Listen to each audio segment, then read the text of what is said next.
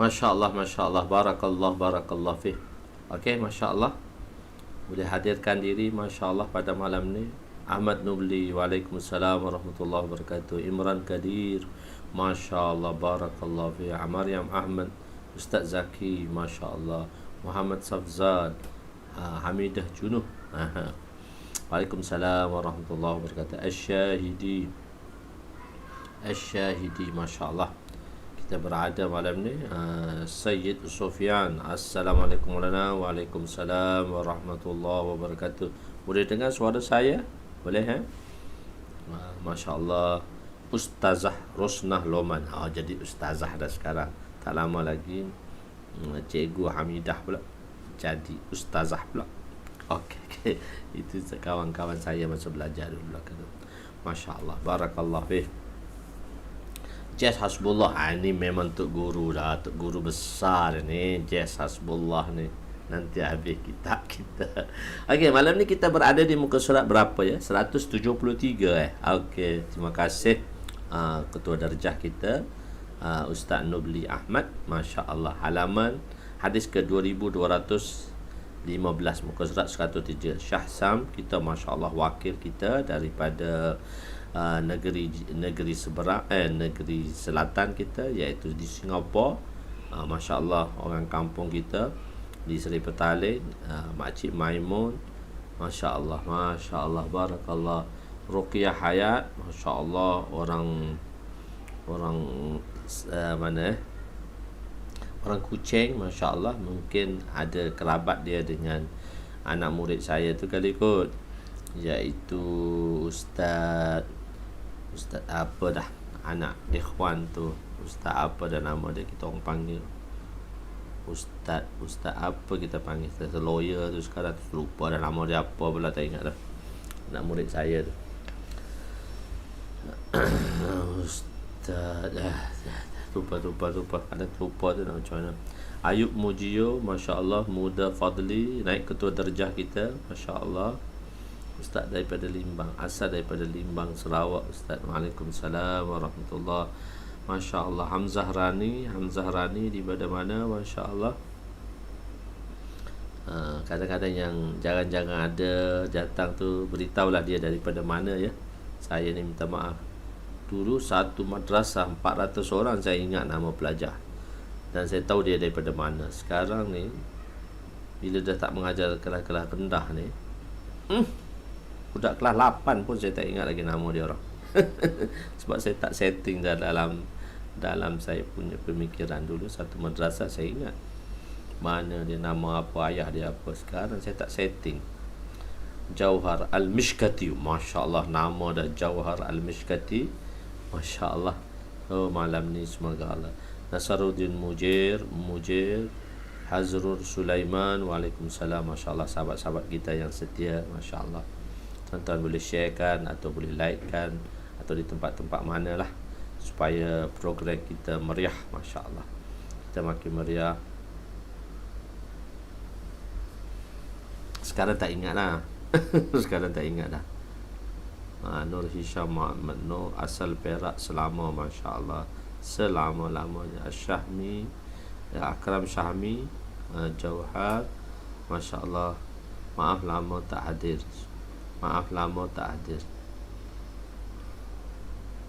Muda, Masya Allah. Waalaikumsalam. Assalamualaikum warahmatullahi wabarakatuh. Subhanaka la ilma lana illa ma 'allamtana innaka antal alimul hakim. Wala hawla wala quwwata illa billahil aliyyil azim. Rabbi yassir wa la tu'assir wa tammim bil khair ya fattah wa bika nasta'in. Nahmaduhu wa nusalli wa nusallim ala rasulihil karim wa ala alihi wa ashabihi al-fatihina بهديهم إلى الحقيقة المجازة. أما بعد، أعوذ بالله من الشيطان الرجيم. بسم الله الرحمن الرحيم. والعصر إن الإنسان لفي خسر إلا الذين آمنوا وعملوا الصالحات وتواصوا بالحق وتواصوا بالصبر. صدق الله العظيم. وقال النبي صلى الله عليه وسلم لا يؤمن أحدكم حتى يحب لأخيه ما يحب لنفسه atau kama qala alaihi wassalatu wassalam. Ya, kita berada di muka surat 173 dalam jilid kelima Masya Allah, masih lagi dalam bab yang kedua di dalam kitab kelebihan Al-Quran pada fasal kedua, hadis yang kelima. Hadis keseluruhannya 2215. Masya Allah, hampir 3000. Dan kalau kita campur dengan jilid ke-6, tuan-tuan sudah hampir 3000. Dan tuan-tuan habis jilid 5, jilid ke-6, tuan-tuan dah habis separuh kitab Mishkat. Jilid ke-7 saya tak pergi cetak lagi. Doalah cepat-cepat sikit saya pergi cetak. Tak sempat dah. Nak boleh lah, semua saya dah last, dah final dah, nak masuk tu pun dalam sebulan juga tu saya kena ambil ISBN dulu. Saya ISBN kejap saja, online saja sekarang. Saya kena ambil ISBN. So dia akan keluarkan sekali satu lagi kecil je tu, dummy yang kecil sikit. So saya tengok last sekali. So kita on lah, jalan lah, insyaAllah. Sebulan jugalah kalau masuk tu. Sebulan. Kalau saya kata saya masuk dalam bulan 6. Bulan 6, pertengahan bulan 6 ni saya masuk. Bulan 8 tu boleh lah kot, insyaAllah sempat lah. Kita ni dapat sebelum habis ni bulan 8. So dan jilid ke-8 tu baru saya tu checking. Saya baru nak checking terakhir tu. Situ dia ambil dalam masa 2 bulan. Dan mau siap untuk itu 3 bulan juga. Bulan 10 lah kali kot. Bulan 9 atau bulan 10 saya akan pergi cetak jilid 8. Jilid ke-10, jilid 9 kita on dulu. Kita off dulu. Jilid ke-10 sekarang pun dalam 70% lah, 70% dalam typing dan syarahnya. Okey, kita apa? Qiraat Al-Quran yang berbagai-bagai untuk memudahkan umat ini adalah hasrat Nabi. Nabi berhasrat agar qiraat umat, walaupun Quran diturunkan dalam bahasa Quraisy. Masya Allah, Ustaz Abu Bay kita baru sampai. Walaupun Umi Hafaridah, Abdul Razak Muhyiddin, Masya Allah, Ustaz Abu Bay, iaitu daripada Ustaz Abu Hanafiyah, Masya Allah, tapi dalam YouTube ni dengan nama Abu Bay. So, okey, kita berada di muka surat 22, hadis yang ke-2215. Qiraat berbagai. Sebab apa kita sebelum ni kita masih dalam qiraat. Mungkin pada malam ni kalau tak sempat kita akan ulang balik pada macam mana pengumpulan Al-Quran. Kalau tak boleh, ataupun kita hari Isnin ni kita akan, sebab hadis tu duduk pada hadis Sayyidina Osman tu, muka surat 181, iaitu penyusunan Al-Quran kali kedua oleh Sayyidina Osman radhiyallahu anhu. Sebagaimana saya telah cerita serba ringkas sedikit dalam beriman kepada kitab dulu, dan saya highlightkan dalam jilid 1 dahulu. So saya speed agak laju malam ni, so saya perlahankan sikit lah saya punya volume, dan saya punya gear tu saya perlahan sikit lah. So saya tadi saya dah masuk gear 4, masuk gear 5. So saya turun gear 3 lah sebab naik bukit sekarang. Okay. Wa an Ubay bin Ka'b radhiyallahu anhu qala laqiya Rasul sallallahu alaihi wasallam Jibril فقال يا جبريل إني بعثت إلى أمة أميين منهم عجوز والشيخ الكبير والغلام والجارية والرجل الذي لم يقرأ كتابا قط. قال يا محمد إن القرآن أنزل على 7 أحرف. رواه الترمذي. وفي رواية لأحمد وأبي داود قال ليس منها إلا شافي كاف. وفي رواية للنساء قال إن جبريل وميكائيل أتياني فقعد جبريل عن يميني وميكائيل عن يساري فقال جبريل اقرأ القرآن على حرف فقال ميكائيل استزده حتى بلغ 7 أحرف وكل حرف شاف كاف. Sayyidina Ubay bin Ka'ab, terjemahannya, Sayyidina Ubay bin Ka'ab meriwayatkan Rasulullah sallallahu alaihi wasallam bertemu dengan Sayyidina Jibril alaihi salam. Baginda bersabda, "Ya Jibril, sesungguhnya aku diutuskan kepada umat yang ummi." Umat ummi ni umat bahasa ibunda, sebab itu kita panggil bahasa ibunda. Umat yang ummi, yang tak pandai menulis dan tak pandai membaca, tapi boleh bercakap lah, tidak tahu membaca. Dalam kalangan mereka terdapat wanita, banyak wanita-wanita yang mungkin buta huruf, lelaki-lelaki yang tua yang tak mampu lagi untuk belajar, ajuz, kanak-kanak, lelaki dan perempuan, serta lelaki yang tak pernah membaca, tak boleh baca pun. La ilah, tak boleh baca pun. Lelaki yang tak boleh baca. Jibril alaihissalam berkata, "Ya Muhammad, sesungguhnya Al-Quran diturunkan dengan 7 huruf, iaitu 7 qiraat atau 7 dalam dulu tu kita dah tafsirkan 7 huruf, di sini kita masukkan 7 qiraat lah."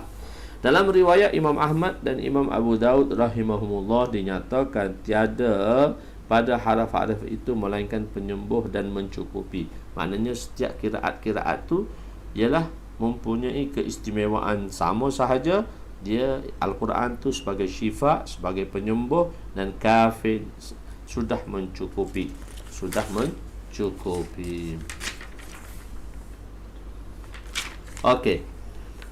Ini bu'istu ila ummatin ummiyina. Aku dihantar kepada satu kaum yang kebanyakan mereka tidak dapat membaca dengan baik. Ummilah, saya tak terjemah buta huruf, tapi tak dapat membaca yang baik, mungkin disebabkan oleh bahasa, oleh lehja Arabi yang berbeza.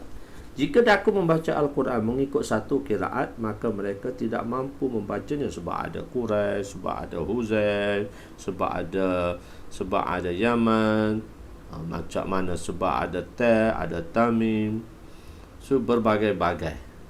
Jadi mereka tidak mampu membacanya. Kenapa? Tanya dia. Kerana sebahagian mereka pada lidahnya ada fathah dan imalah. Maksudnya dia banyakkan fathah. Dia tak guna kasrah, dia ada fathah saja, dan imala dia tadi. Dan dia lurah dia tadi. Dia yang mana wadduha wal laili iza, dia tak boleh baca wadduha wal laili iza, wadduha wal laili iza. Dia banyak imalah tadilah. Yang dia ada macam mana perkataan katakan arak-arak mayesh, itu bahasa ammi kan, tapi di mereka pun ada bahasa standard saja. Masmukal karim, kata maturid mash, dia mari mash, tak tahu apa. Masya-Allah, Asmawi bujang lama kita kadang-kadang muncul kembali. Okey, jadi kenapa? Jadi banyak perkara-perkara itu. Sebahagian lidah pula ghalib pada idgham dan izhar. Ada yang bunyi idgham, ada banyak izhar, ada lukmannya dengung. Lami. Duk bunyi macam-macam saya telok baca Quran. Okey, tambah pula di kalangan kaum ada wanita yang tua, lelaki tua dan kanak-kanak. Orang yang tua tidak mampu belajar kerana tua dan bahasa dah tak ada gigi dah tu. Sebab itu Selangor tu sekarang ni, tu imam umur 60 tu dia dah pecah-pecah semua dah. Dia ambil orang-orang muda tu sebab gigi dah tak ada. So gigi dah tak ada, nak baca Quran tak ada gigi kan, dia tak bunyi dah lah. Sebab makhraj tu duduk pada gigi tu. Ta, sa, ja, ha, ho. So dia duduk bunyi pada ra, ghal. So dia duduk mana, duduk kat gigi ke apa semua tu. So makhraj dia tadi. So tak ada gigi nak sentuh dot, nak sentuh dot, gerah-gerah pun tak ada habis dah. Oleh itu mereka penting dibaca pelbagai qiraat untuk memudahkan mereka. Supaya apa? Nak memudahkan mereka. Mana-mana qiraat yang mampu dibaca, maka bolehlah dibaca dengan qiraat itu. Pada peringkat awal masalah qiraat tak ada lagi. Pada peringkat awal ialah masalah 7 dialek. Tuan-tuan perlu ingat, ada ustaz ni kadang-kadang kata qiraat, kata dialek dan lehja. Jadi pada peringkat awal dia tak ada qiraat lagi. 7 ni tak ada qiraat lagi. Dan telah kita jelaskan dulu, 7 ni ialah dialek bahasa Arab. Itu yang mula-mula sekali. Ta, tamim, hawazim, kaum tamim, kaum hawazim, Yaman, apa tu, Quraisy, Huzail, banyak 6 itu lagi.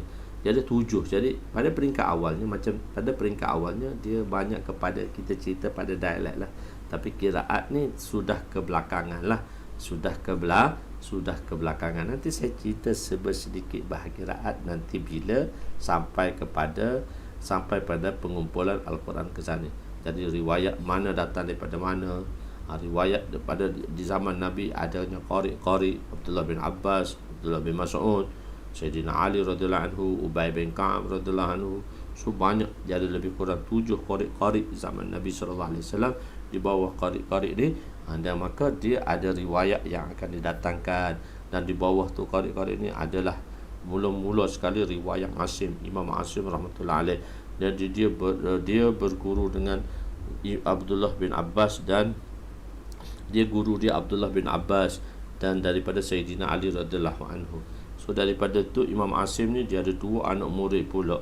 Dia terbahagi kepada 2. Lepas tu kenapa ada Imam Zar dan sebagainya.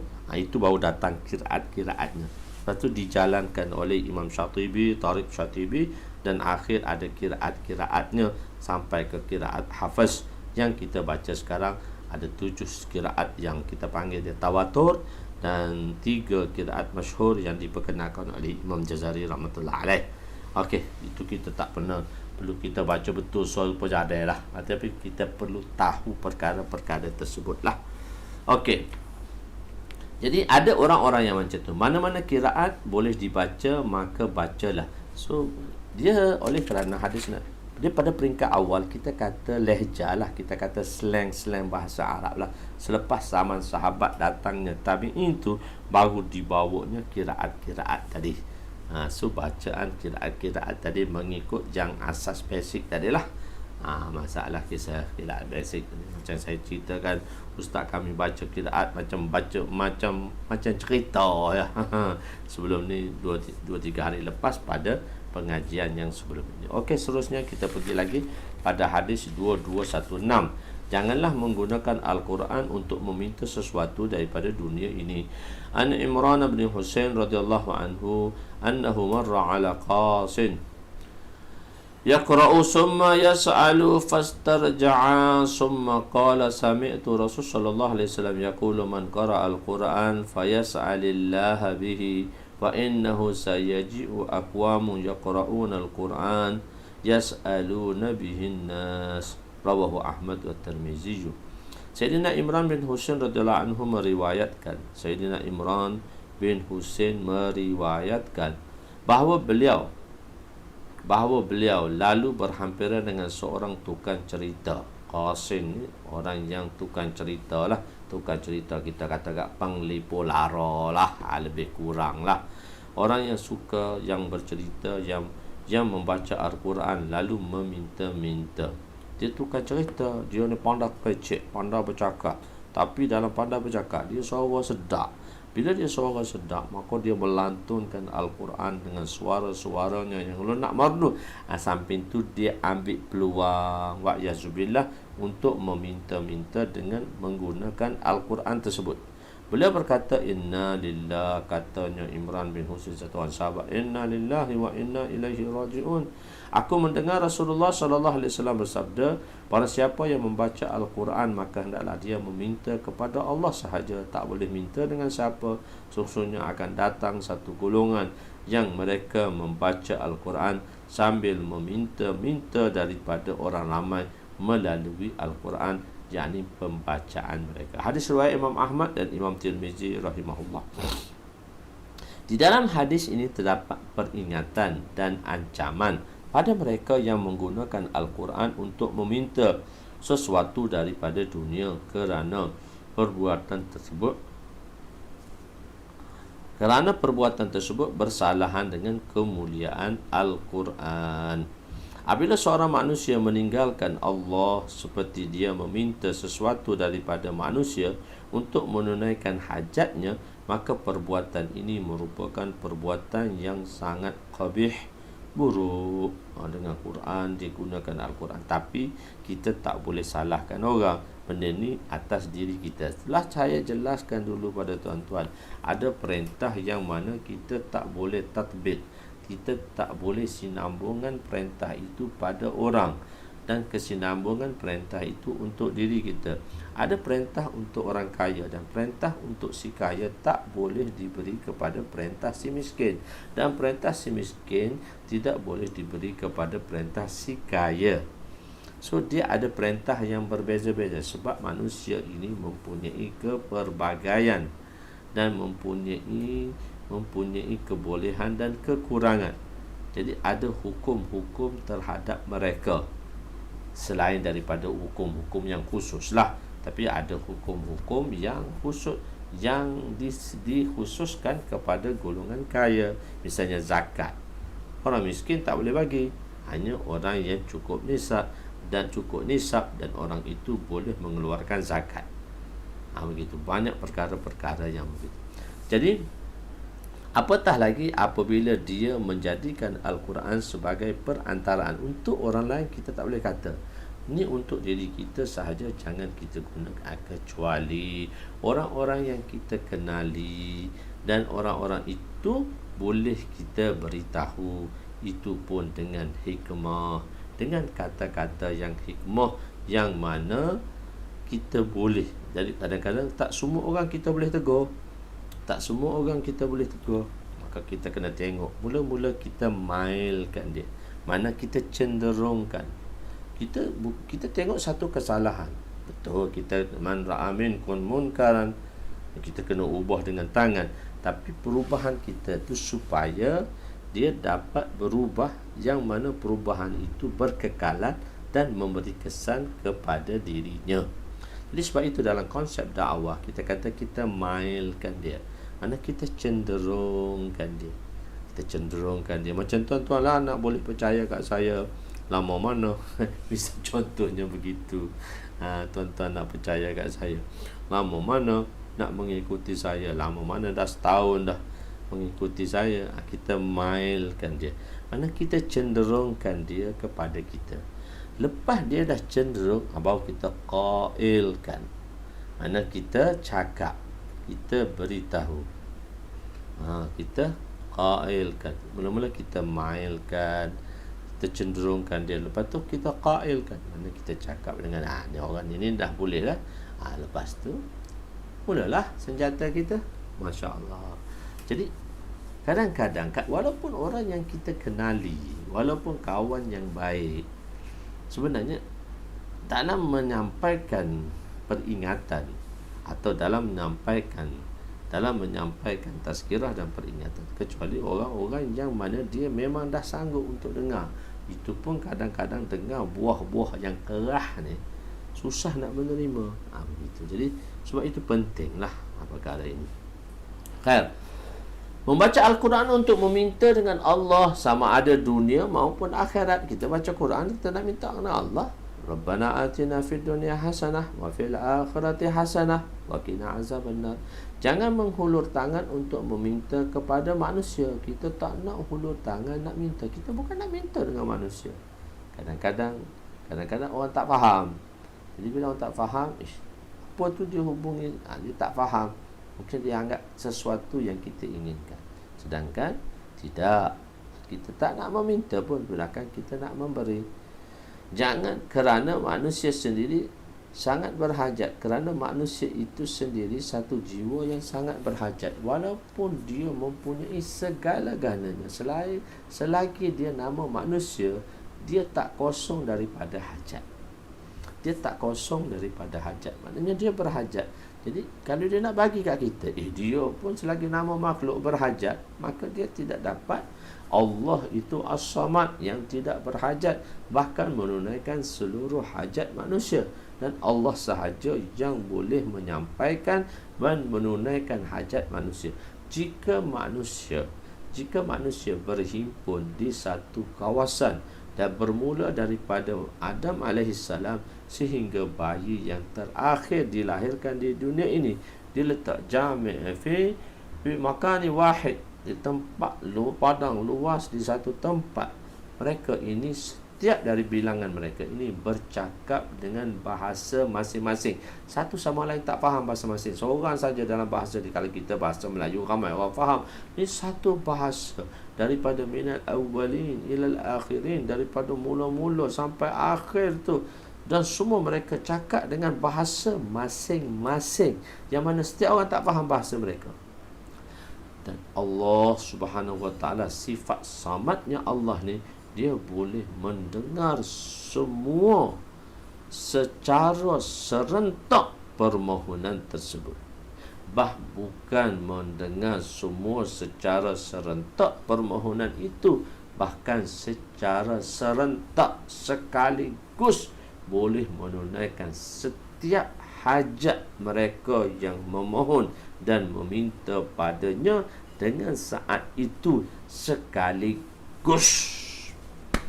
Itu as-samadnya Allah. Tak berhajat, bukan tak berhajat, dia yang menunaikan hajat, bahkan hajat yang ditunaikan itu boleh sekaligus.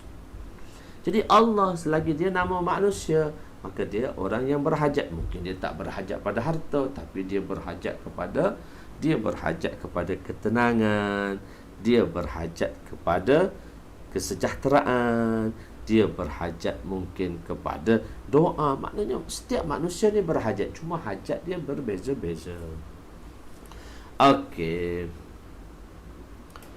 Jangan menghulurkan tangan untuk meminta kepada manusia. Kenapa kita tak boleh hulur tangan nak minta dengan manusia?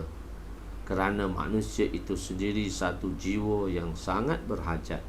Bagaimana mungkin manusia itu dapat menunaikan hajat kamu, yakni kita semua? Tak ada siapa boleh tunai hajat kita. Nahnu wa antum nahnu aghniya, Allah kata kamilah zat yang penuh kekayaan.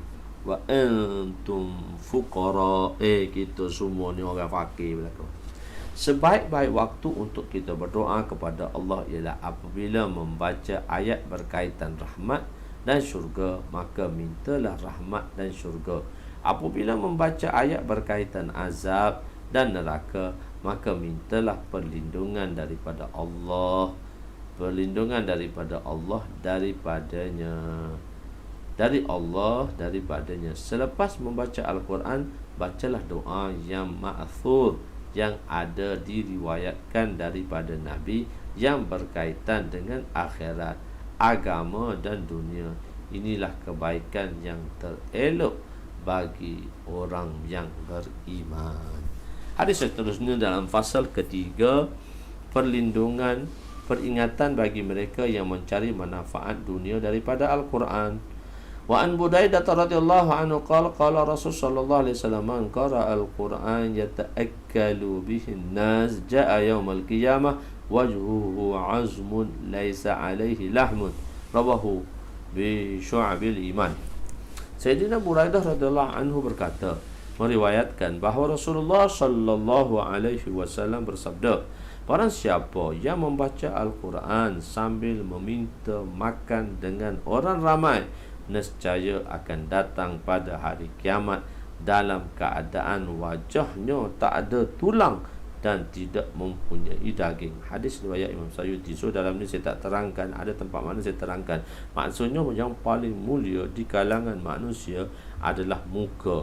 Jadi muka tu, muka lah orang. Kan semua tengok comel kat muka, lawa kat muka, coten-coten sikit, gecu-gecu sikit, pedok-pedok sikit. Wow, nampak cantik. Semua tu tak asli. Bukan tipu, tak asli. So kecantikan itu pada wajah. Kecantikan itu pada wajah. Orang tengok pada wajah. Lepas tu baru tahu, oi, comel juga. Hitam itu menawan. Lama-lama. Tapi mula-mula tengok, comel belaka. Gitu. Ustazah kata bila dia sampai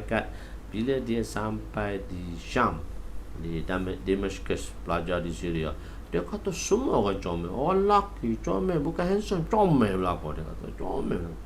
Oh, bagulah sebulan duduk. Oh, ada juga orang tak comel. Dia kata orang putih tak comel ada juga. Baru dapat beza bila mengenali. Tak kenal maka tak cinta. Tak kenal. Kawan saya pergi belajar Sudan. Dia sampai kat Sudan, dia tengok semua orang hitam. Dia kata semua tak comel. Tapi lepas sebulan, ada juga orang hitam comel, hitam manis, hitam itu menawan. So tak kenal maka tak cinta. Jadi wajah ni tempat yang paling mulia. Kita keluar cerita lain pula. Wajah ni ialah tempat yang paling mulia. Muka ni tempat yang paling mulia. Jadi kalau kita minta, dengan manusia menggunakan Al-Quran, sehingga Allah hilangkan daging pada wajah yang mulia itu. Semoga Allah Subhanahu Wa Taala si asing kali dia tengok dah tu kali orang Afrika tu. Sebab tu kawan saya Mufti Abu Bakar kata kami, kalau yang paling cantik, yang paling hitam shining. Oh, dia tahu Afrika comel. Okey, cala hadis 22:18. Allahu akbar. Wa an ibn Abbas radhiyallahu anhuma kana Rasul sallallahu alaihi wasallam la ya'rifu al-fasl surati hatta yanzilu alaihi bismillahirrahmanirrahim, rawahu Abu Daud. Sayyidina Abdullah bin Abbas radhiyallahu anhuma meriwayatkan Rasulullah sallallahu alaihi wasallam tidak mengetahui pemisah bagi surah sehingga turunnya basmalah. Kan Nabi kan ada wahyu-wahyunya, Nabi kan ada penyetip-penyetip wahyu. So Nabi akan beritahu. Sebab bismillah bagi mazhab Hanafi, telah kita jelaskan dalam mazhab Imam Hanafi, sebelum ini kita bincang, dalam mazhab Imam Hanafi, bismillah yang asal Quran ialah satu bismillah pada mula-mula surah daripada 13 surah, 113 surah, dan satu bismillah juga sebagai Al-Quran di dalam surah Naml. Surah Naml tu ada perkataan Bismillahirrahmanirrahim. Situ juga dipanggil Quran, dan satu daripada 113. Kita ada kan 114 surah kan, 113 tu Bismillah, dan 114 tu sebab surah Taubah dan Bara'ah ni, surah Taubah atau dan Bara'ah ni, surah Taubah dan surah Bara'ah tu dia tak ada Bismillah. So dia cukupkan Bismillah 114 ni pada surah Najm. Pada surah Najm di situ ada bismillah tu. Dalam bismillah dan surah Najm telah jelaskan dulu adalah Quran, dan satu daripada 113 perliparan surah. Hak lain semua tu dia kata surat fasil baina suratain. Sebab tu dia ambil dalam riwayat ni, dia kata fasil baina suratain, dia bukan bismillah. Sebab tu bagi Imam Abu Hanifah, bismillah dia tak perlu dibaca untuk surah-surah, sebab dia fasil baina suratain sahaja. Sebab tu bismillah dia tak dikira dalam ayat. Maka Al-Fatihah tadi, dalam surah Al-Fatihah tak perlu baca bismillah. Tapi kita kata setiap bismillah adalah juzuk bagi Al-Quran, iaitu 113 termasuk 114 yang ke-14 pada surah Naml. Okey, hadis ini menerangkan bahawa basmalah ialah salah satu daripada ayat Al-Quran, dan ia juga sebagai pemisah antara dua surah. Salah satu daripada ayat Al-Quran, bismillah tu bagi kita keseluruhan bismillah pada 113 permulaan surah. Dan Imam Munifah kata ia adalah pemisah dalam dua surah. Sebenarnya dua statement pendek, tapi dua statement mazhab yang saya terangkan di situ. Sebab apa? Sebab sebelum ni kita dah bincang. Allah ini mengikut mazhab Hanafi lah. Mengikut mazhab Hanafi. Khair, seterusnya wa an Alqamah, hadis ke-22 19. Wa an Alqamah radhiyallahu anhu qala kunna bihimsa farqara ibn Mas'ud surah Yusuf farajul ma hakaza unzilat faqala Abdullah wallahi laqara'tuha ala ahdi an-nabi sallallahu alaihi wasallam faqala ahsanta wa fina huwa yukallimuhu iza wajada minhu rihal khamar qala atashrabu al-khamra wa tukazzibu bil kitab fadarabahu al-hadda, muttafaqun alaih. So dia ada atas kisah tu ada cerita sedikit macam mana hukum. Sayyidina Al-Qamah rahmatullah alaih, seorang tabi'i, berkata, pada suatu hari kami berada di Hims, di satu bandar di Hims. Hims ini ialah di Syria jugalah. Di Hims, satu bandar yang masyhur lah. Di situ ada kincir air 7 beradik. Sayyidina Abdullah bin Mas'ud dah sampai dah kat Hims. Kita dah sampai dah kat Hims. Kita dah sampai dah. Seronok ada 7 kincir air. Dan Sayyidina Abdullah sampai belakang dah. Seronok. Sayyidina Abdullah bin Mas'ud radhiyallahu anhu membaca surah Yusuf. Tiba-tiba seorang lelaki berkata, surah ini tidak diturunkan seperti bacaanmu. Surah ni dia tak turun macam mana kau baca. Dia kata sebab surah semua turun dalam Quraisy, bukan turun dalam lugah Quraisy, lahjah Quraisy. Sebab tu tak sama dengan orang lain baca. Abdullah bin Mas'ud ni salah satu daripada qari lah. Berkata, demi Allah, bacaan seperti ini yang aku membacanya pada zaman Nabi. Aku dah baca dah zaman Nabi. Siapa kamu nak tegur aku? Lalu baginda bersabda kepadaku, kata Abdullah bin Mas'ud, bacalah bacaanmu baik, kiraat kamu tu betul lah. Bacaan kamu baik, saya terima lafzi. Bacaan kamu baik, mana kiraat yang kamu baca tadi betul. Apabila Sayyidina Abdullah bin Mas'ud radhiyallahu anhu berbual-bual dengan lelaki itu, tiba-tiba beliau menghidu bau arak pada dirinya, pada diri lelaki tadi. Oh, dia bau arak ni. Pandai dia tapi bau arak.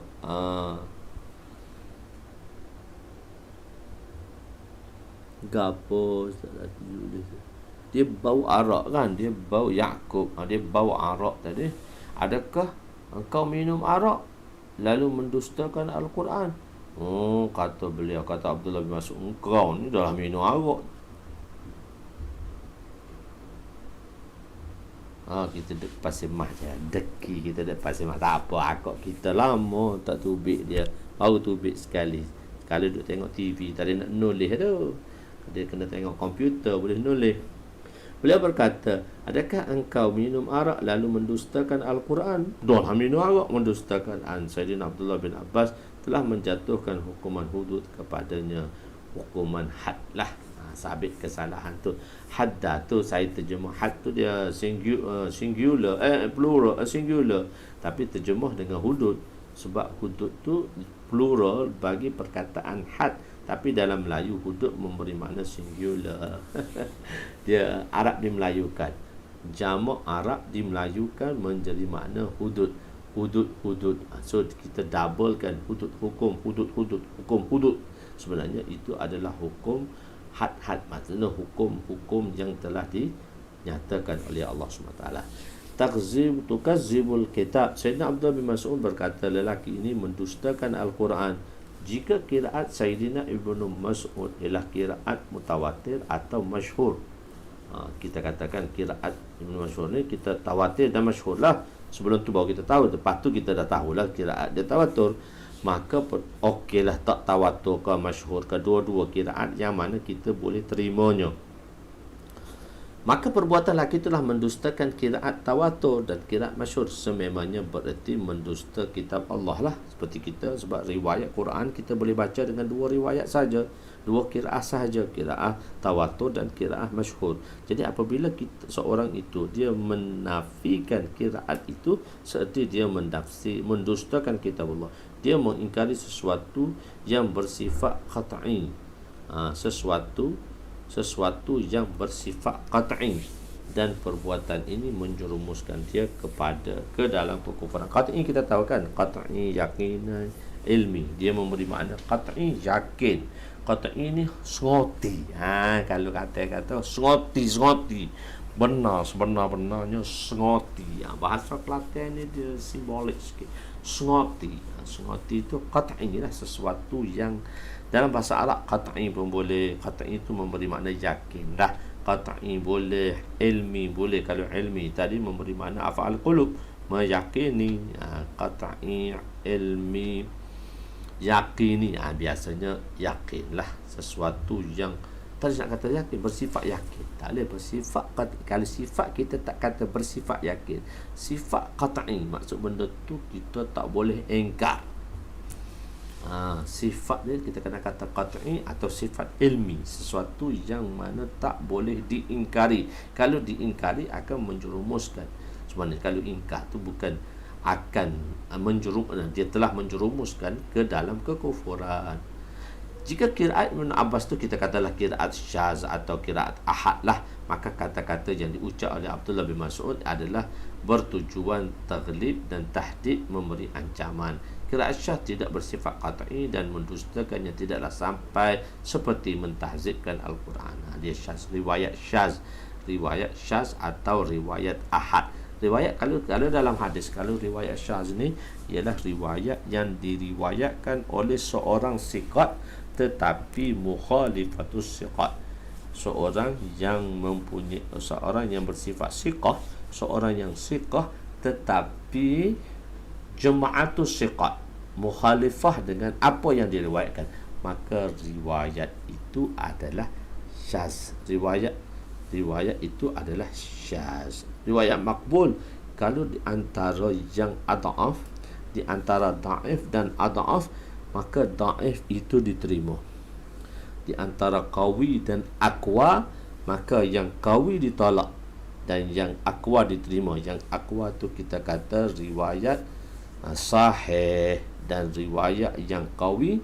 Sebab qawi tu sebab apa yang nak beritahu sini, sebab rawi yang siqah seorang, kita rawi yang siqah, dan rawi yang siqah tu kita panggil seorang rawi yang siqah, dan riwayat dia tadi tidak disepakati atau ditolak oleh riwayat bersalahan masih tolak lah, ditolak oleh riwayatus siqat, riwayat jama'atis siqat, dalam riwayat jemaah siqat. Jadi jemaah siqat ni orang ramai dan orang-orang yang siqah, dan kita beritahu dah yang seorang itu dipanggil siqat ialah dia yang melazimkan dia yang melazimkan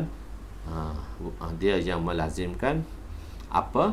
Dia yang melazimkan takwa dan muruwah tadi. Telah kita bincang sedikit sebanyak sebelum ni. Pada zahirnya ihtimal yang kedua itu lebih tepat, kerana beliau pada waktu itu mungkin tepatlah ihtimal yang kedua tadi. Lepas tu kiraat beliau pada waktu itu adalah kiraat syaz. Sedangkan Ibn Abbas tidak sebab itu Sayyidina Abdul Abbas tidak menjatuhkan hukuman murtad kepada lelaki itu, bahkan beliau hanya menjatuhkan hukuman minum arak sahaja. Sebab atas dasar minum arak, bukan atas dasar Quran, takzibul Quran, sebab itu kiraat syaz. Itu adalah kiraat syaz. Imam Tibi rahmatullahi alaih menyebut bahawa ulama berkata perbuatan itu bukanlah kufur kerana mengingkari bacaan. Al-inkarul qira'ah hanya mengingkari penyebutan kalimah ingkarul ada, bukan mengingkari kalimah itu sendiri. Dia adalah kerana mengingkari bacaan, bukanlah kufur kerana mengingkari bacaan, hanya mengingkari penyebutan kalimah. Satu ingkar sebut tadi, satu ingkar kiraat. Kalau ingkar kiraat tadi, tapi ingkar ada penyebutan, bukanlah mengikut kalimah itu sendiri, mengingkari kalimah itu sendiri. Oleh kerana itu Sayyidina Abdullah bin Mas'ud hanya menjatuhkan hukuman minum arak sahaja, tidak menghukumkannya murtad. Mengikut taujih Imam Tibi, perkataan Sayyidina Abdullah bin Mas'ud adalah taghliz, memberi taghliz ni ialah untuk, maksudnya dia had ni maksudnya memberi ancaman. Terdapat satu lagi iskal di sini, satu persoalan lagi dalam hadis ini. Dalam hadis ini dinyatakan bahawa Sayyidina Abdullah bin Mas'ud menjatuhkan hukuman hudud kepada si peminum arak. Beliau menjatuhkan hudud itu berdasarkan satu sebab sahaja, iaitu mulutnya berbau. Perkara ini menjadi kemusykilan kerana ulama berkata tidak boleh disabitkan kesalahan minum arak berdasarkan semata-mata bau arak di mulut seorang itu. Ini adalah pendapat mazhab Hanafi dan mazhab Syafi'i. Jadi nak jatuhkan hukum hudud tadi pada peminum arak tu, sebenarnya ni kalau orang takut hudud, dia takut minum arak kena hudud. Tak, itu zaman hudud telah ditegakkan. Zaman kita ni hudud dah tak ada, bukan tak ada, hidup tak dihidupkan dah. Nak sebut hudud pun orang tak nak. Nak sebut hudud pun orang Islam pun tak nak sebut hudud. Jadi insya-Allah bila kita usaha atas iman, kan, tak baca saya punya kata-kata tu, jatuhnya iman daripada akhlak, lepas tu muamalat muasyarah, lepas tu muamalat, lepas tu ibadat, lepas tu baru iman akan tergadai. Tapi untuk betulkan balik dengan imaniyat, lepas tu ibadat, iman dah kuat, baru ibadat akan strong, baru muamalat betul, kehidupan muasyarah baik betul, dan akhlak yang dikehendaki. Okey. Jadi Sayyidina Abdullah menjatuhkan hukuman hudud kepada si peminum arak. Beliau menjatuh. Jadi pendapat ini pendapat Imam Syafi'i, mengikut pendapat Imam Syafi'i dan Imam Hanifah, bau arak saja tak boleh, mesti adalah oleh itu sepatutnya tidak boleh dijatuhkan hukuman hudud kepada lelaki itu. Kadang-kala cuka jambu dan cuka apple juga boleh berbau seperti bau arak. Jawabnya, kemungkinan orang itu membuat pengakuan. Cuma cerita panjang, dia tak cerita. Okey, lepas tu dia mengaku, yalah aku betul-betul aku buat. Kerana beliau dihukum bukan sebab bau tadi, sebab ikrar. Atau terdapat saksi. Kalau tak ada pengakuan tu ikrarlah. Ataupun dia tak mengaku, tapi ada satu orang saksi memberi kesaksian, memberi penyaksian bahawa dia minum arak, maka sabit daripada saksi, maka hukum had telah dikenakan. Pengumpulan Al-Quran pertama, macam mana Al-Quran pertama dikumpulkan? So saya nak baca sedikit, tapi masa kita pendek malam ni, kita baca untuk akan datanglah. Kita bahaskan sedikit, yang mana kita telah bahaskan bab beriman dengan kitab dahulu, dan macam mana saya beritahu tentang Profesor Abdul Rauf yang mengumpul balik 5 cara sampai sekarang Al-Quran telah dikumpulkan. Ada 5 proses pengumpulan Al-Quran selepas bermula daripada pengumpulan Al-Quran pada zaman Sayyidina Uthman radhiyallahu anhu. Okey. Pengumpulan Al-Quran pertama 2022-20. Kurangan 10 pengumpulan Al-Quran kali pertama. Bila Al-Quran kali pertama, dan benda ni kita dah ceritakan bahawa hadis dia datang setahun kemudian. Wa an Zaid bin Sabit radhiyallahu anhu qala arsala ilayya Abu Bakr maqtala ahli Yamamah fa iza Umar nubnul khitab indahu qala Abu Bakr inna Umar atani qala innal qatla qad istahara al-yawm al-Yamamah bi qira'ati al-Quran wa inni akhsha an istaharra al-qatlu bil qurra bimawatina fayazhabu katsirun min al-Quran wa inni ara an ta'mura bi jam'il Quran. Qultu li Umar kaifa taf'alu shay'an lam yaf'alhu Rasul sallallahu alaihi wasallam, faqala Umar hadza wallahi khairun falam yazal Umaru yuraji'uni hatta syaraha Allah sadri lizalika wa ra'aytu zalika alladhi ra'a Umar. Faqala Zaidun qala Abu Bakr inni rajulun syabun aqilun la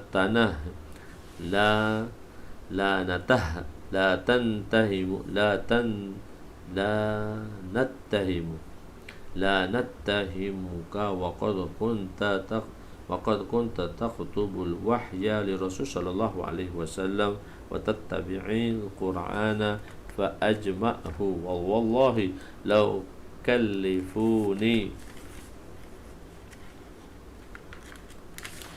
كلفوني نقل الجبل من الجبال ما كان أثقل علي مما أمرني به من جمع القرآن. وقال قلت كيف يفعل شيئا لم يفعله رسول صلى الله عليه وسلم.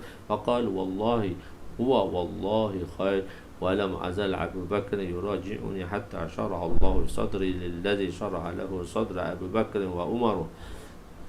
فاتبعت القرآن وأجمعوا من عصبي واللخاف والصدور الرجال حتى وجدت سورة التوبة مع أبي خزيمة الأنصاري لم أجدها مع أحد غيري.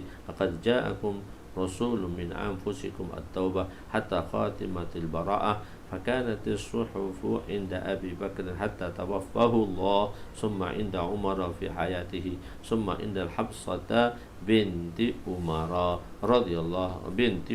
رواه البخاري.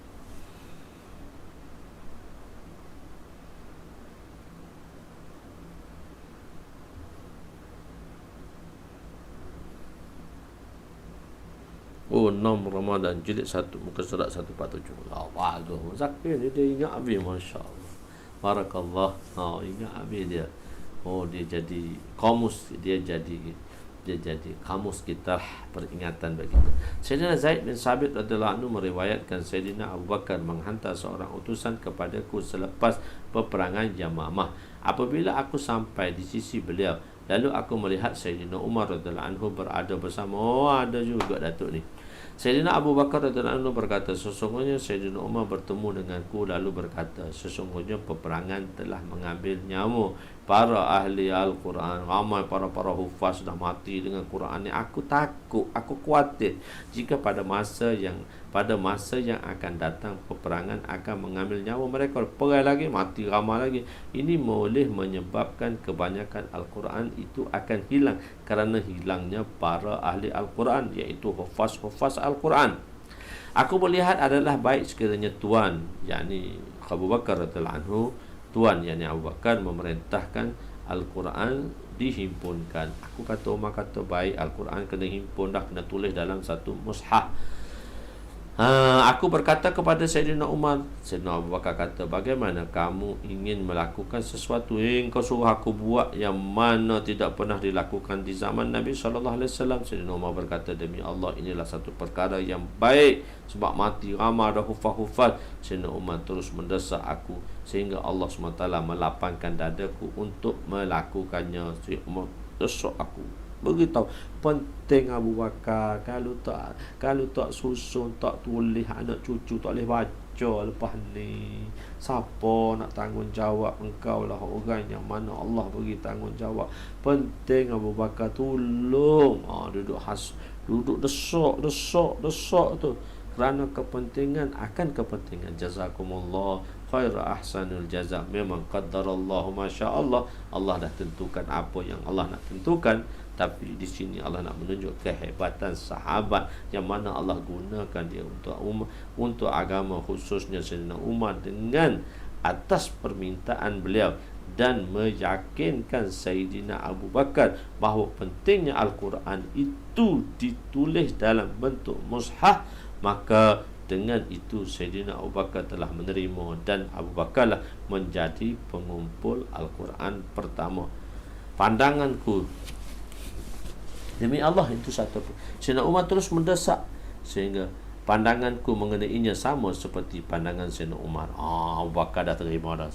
Dia bukan desak, bukan push ni, bukan push paksa, tak desak. Penting. Abu Bakar tolonglah, Abu Bakar tolonglah. Dia kata macam itulah keadaan surah. Kalau kita tengok dalam keadaan situasi, kalau kita ada kat situ, tolonglah Abu Bakar, tolonglah, begitu. Sayyidina Zaid berkata, pandanganku, Sayyidina Zaid berkata, Sayyidina Abu Bakar berkata, sesungguhnya kamu ialah seorang pemuda. Bila kita nak ambil satu-satu kerja daripada anak-anak murid atau pekerja, kita beritahu kelebihan dia dulu. Bukan kita pong dia. Orang Kelantan kata pong. Bukan kita puji dia tadi untuk banggakan dia. Tak. Sebab kita tahu kalau kita bagi kerja ni, dia mungkin tak buat. Jadi untuk meyakinkan supaya dia buat, untuk meyakinkan supaya bukan tekan show, untuk meyakinkan dia buat, maka kita bagi kelebihan tadi. Sesungguhnya kamu ialah seorang pemuda, Masya Allah, cerdik. Kami tidak mempunyai sebarang sangka buruk terhadapmu. Kami tak ada sangka. Kenapa? Sebab dia adalah pengumpul Al-Quran. Kami juga menulis, kamu juga menulis. Di departmen wahyu Nabi, departmen Al-Quran di zaman Rasulullah. Cari dan kumpullah Al-Quran. Dia kata cari sekarang, sebab Al-Quran tu ditulis pada papan-papan, pada loh-loh, pada kulit-kulit binatang dan sebagainya. Sayyidina Zaid berkata, demi Allah, jika mereka memerintahkan aku untuk memindahkan satu bukit, Abu Bakar suruh aku pindah sebukit, perkara ini lebih mudah lagi bagiku daripada melakukan apa yang mereka perintahkan tadi untuk mengumpul Al-Quran. Perawi berkata, panjang penerangan dia, tak ada sudah mana ni. Perawi berkata, Sayyidina Zaid berkata, bukankah bagaimanakah kamu ingin melakukan satu perkara yang tidak pernah dilakukan oleh Rasulullah? Kata juga dulu kepada Abu Bakar, dia kata mana boleh kamu buat, hak Nabi tak buat. Sayyidina Abu Bakar berkata, demi Allah inilah satu perkara yang baik. Beliau terus mendesak, push aku sehingga bukan tekan show juga, desak tu tekan show lah. sehingga Allah melapangkan dadaku untuk melakukan perkara yang tidak melapangkan dada Sayyidina Abu Bakar, perkara yang melapangkan dada Sayyidina Abu Bakar dan Umar untuknya. Macam mana Umar dah lapang dada menerima akan ini dan menyuruh Sayyidina Abu Bakar. Aku mula mencari Al-Quran, aku menghimpunkan Al-Quran daripada pelepah-pelepah tamar. Pelepah-pelepah tamar betul. Batu-batu putih dan apa-apa yang dihafal di dalam dada, semua duduk dalam dada, sehingga aku menjumpai surah Taubah bersama. Surah Taubah ini ada dengan Abu Khuzaimah Al-Ansari. Aku tidak mendapati pada orang lain, iaitu ayat ini. Maksud hak tulisan tu lah, tapi hak lain orang ingat belaka. Orang ingat belaka. Hak tulisan tu tak ada. Yang lain tak ada hak dalam hati tu kan semua hufaz dah ingat. Tulisan ni ditulis oleh Abu Khuzaimah, sehingga penghujung surah Bara'ah tersebut, yakni mushaf yang aku kumpulkan itu berada. Lepas tu terkumpullah mushaf-mushaf itu, ditulis satu, dikumpulkan pada Sayyidina Abu Bakar. Tak boleh lagi kumpul pada Sayyidina Abu Bakar sehingga beliau wafat. Kemudian mushaf itu berpindah kepada Sayyidina Umar kerana dia menjadi khalifah. Selepas Umar wafat, kemudian berpindah ke Sayyidatuna Hafsah binti Umar, anak Umar. Lepas tu pengumpulan Al-Quran Sani itu yang dikumpulkan oleh Sayyidina Umar Osman radhiyallahu anhu. Kalau nak baca dia panjang ni. Kalau nak baca panjang pula. So tafsir dia, khulasah dia, penerangan dia, kita akan baca pada akan datang lah, insyaAllah. Pada akan datang. So kita slow and steady sikit lah. Tak usah sama dia. Kalau tak saya perhabis kat dia kata slow and steady. Kalau dia nak perhabis kat kata muda, dia 7. Kita ni nak perhabis cepat sangat. Nak baca dengan tenang, relax, nak faham, memang kena slow. Okey tuan-tuan, insya-Allah. Jadi semoga Allah Subhanahu Wa Taala memberi mudah kepada kita, memudahkan segala urusan kita untuk kita meneruskan perjalanan kita, masya-Allah. Semoga tuan-tuan diberi keberkatan, pelajar-pelajar yang mulia, sahabat-sahabat yang mulia diberi keberkatan bersama kita. Semoga Allah Subhanahu Wa Taala memilih kita dan menggunakan kita untuk perkara agama. Wallahu a'lam. Aku liqauli hadza astaghfirullahal azim li wa li walidayya wa li jami'il muslimin wal muslimat wal mu'minina wal mu'minat ala ahya'i minhum amwat rahmatika ya arhamar rahimin. Speed jalan kaki pun okey Maulana. Tak boleh ikut speed jalan kaki kita laju. Allahu akbar. Al-Faqiri Al-Cerasi, Pakcik Roslin kita, masya-Allah. Bismillahirrahmanirrahim. Ya awalal awwalin wa ya akhiral akhirin wa ya zal quwwatil matin wa ya rahimal masakin wa ya arhamar rahimin. Allahumma ighfir lana dhunubana wa wasi' lana khalaqana wa tajib lana kasbana wa kanni'na bima razaqtana wa la tuzhib talabana ila shay'in sarraftahu anna wa sallallahu alaihi wa sallallahu ala sayyidina Muhammadin wa ala alihi wa sahbihi ajma'in walhamdulillahi rabbil alamin. Taqabbalallahu minna wa minkum ya karim. Betul tu Ustaz, next time ya, next time kita baca dia next time, insya-Allah, summa insya-Allah. Sekali-sekali kita akan cerita juga tentang pengumpulan Al-Quran. Saya tak masukkan lagi dalam kitab, tapi insya-Allah nanti saya akan